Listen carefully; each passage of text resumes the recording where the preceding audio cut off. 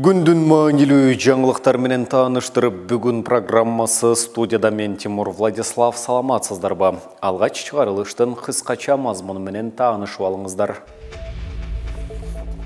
Казакстанда айоосуз сабалган кыргызстандык музыканттын иши боюнча кылмыш иши козголду. Украинага тиешелүү балабакчага чабуул жасалганы боюнча маалымат тарады. Бишкек шаарында пара алып жаткан жеринен укук коргоо кызматкерлери кармалды. Алмазбек Бейшеналиев билим берүү министри болуп бекиди. Тиешелүү жарлыкка президент Садыр Жапаров кол койду. Бул тууралуу президенттин басма сөз кызматы кабарлады. Алмазбек Бейшеналиев кайрадан билим берүү жана илим министрлигинин башына барганы 14 февралда белгилүү болгон. Жаңы жетекчини жамаатка министрлер кабинетинин төрагасы Акылбек Жапаров тааныштырган. Кечээ 16 февралда жогорку кеңеш Бейшеналиевди министр кызматына дайындоого макулдук берген. Бейшеналиев 41 жашта. Ал 2017-18 жылдары өкмөт аппаратынын билим берүү, маданият жана спорт боюнча бөлүмүн башкарган.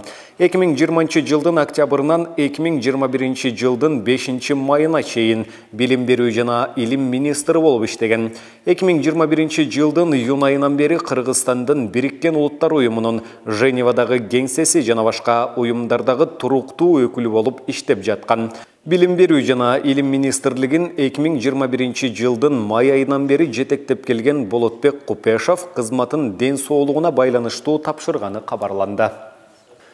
Жогорку кеңештин депутаты Нуржигит Кадырбеков акыркы 6 айда кыргызстандык 201 жаран Орусияда баңгизаты менен кармалгандыгын билдирди.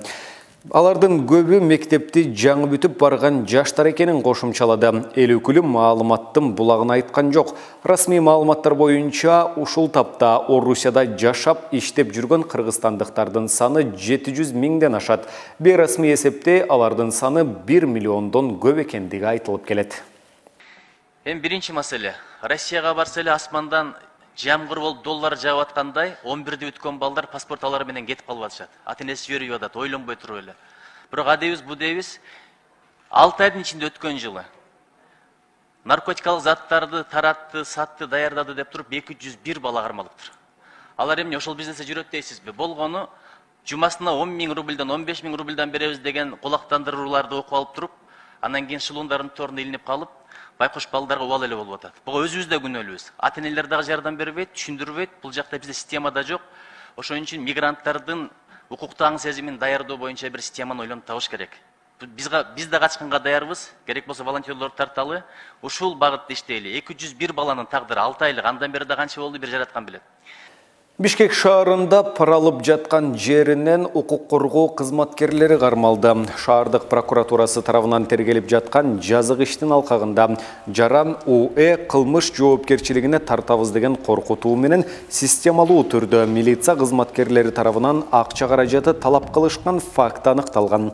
Алардын талабы ар жума сайын акча каражатын алып коргоого алуу болгон. Бул тууралуу башкы прокуратуранын сайтында маалымдалат. Маалыматта айтылгандай, шаардык прокуратуранын тергөөчүлөрү жана Кыргыз Республикасынын Ички иштер министрлигинин ички иликтөөлөр кызматынын кызматкерлери менен биргеликте жүргүзүлгөн ыкчам тергөө аракеттеринин натыйжасында Бишкек шаарынын 1-Май райондук ички иштер башкармалыгынын 5-шаардык милиция бөлүмчөсүнүн аймактык тескөөчүсү талап кылган акча каражаттарынын бир бөлүгүн алып жаткан мезгилде кармалып, Бишкек шаарынын ички иштер башкармалыгынын убактылуу кармоочу жайына киргизилди. Бишкек шаарынын Ленин райондук прокуратурасы январ айларында коңшу Казакстан өлкөсүндө кармалып, кийин кое берилген музыкант Вихрам Рузакуновдун кыйноого кабылганы боюнча кылмыш ишин козгоду. Бул тууралуу адвокат Нурбек Токтакунов өзүнүн Facebook баракчасына жазды.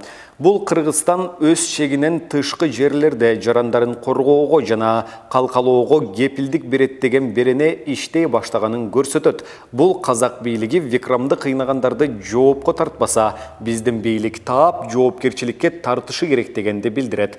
Акыйкаттык үчүн айтып коюу керек. Казакстандагы бул жырткычтык аракеттер боюнча тергөө иштерин баштады деп жазды жактоочу. Прокуратурадан жооп алууга мүмкүн болгон жок. Кыргызстандын акыйкатчысынын аппарат башчысы Асқат Азарбеков Казакстанда январ окуяларына байланыштуу кармалып, кийин кое берилген кыргыз жарандары Чолпонбек Сыдыков жана Викрам Рузахунов боюнча бул өлкөнүн жазык кодексинин 146-беренесинин негизинде кылмыш иши козголуп, тергөө жүрүп жатканын Бишкекте өткөн маалымат жыйында билдирген. Украинанын бириккен күчтөрүнүн операциясы мекемеси Луганск аймагындагы балабакчага кол салуу болгондугун билдирди. Андан 2 адам жабыркаган, бакчанын мугалимдери жана тарбиялануучулары коопсуз жайга эвакуацияланган.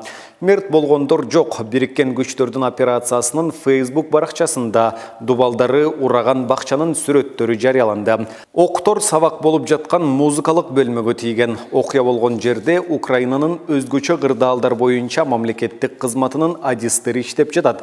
Станица Луганск конушунун аскердик жарандык администрациясынын жетекчиси Альберт Зинченко Орусиянын куралдуу күчтөрү аткылаганын билдирди.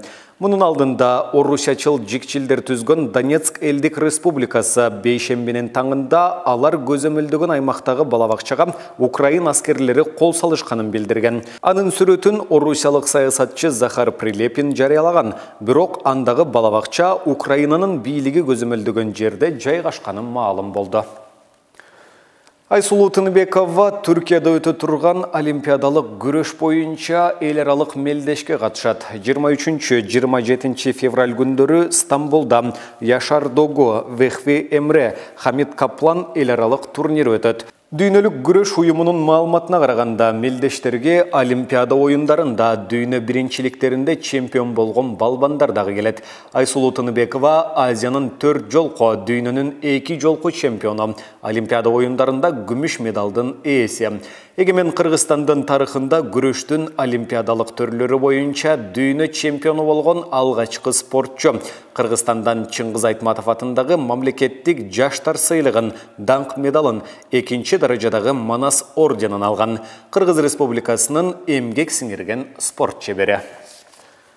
Мына ушуну менен бүгүнкү берүүбүздү жыйынтыктайбыз. Кийинки эфирлерден амандашканча сак саламатта туруңуздар.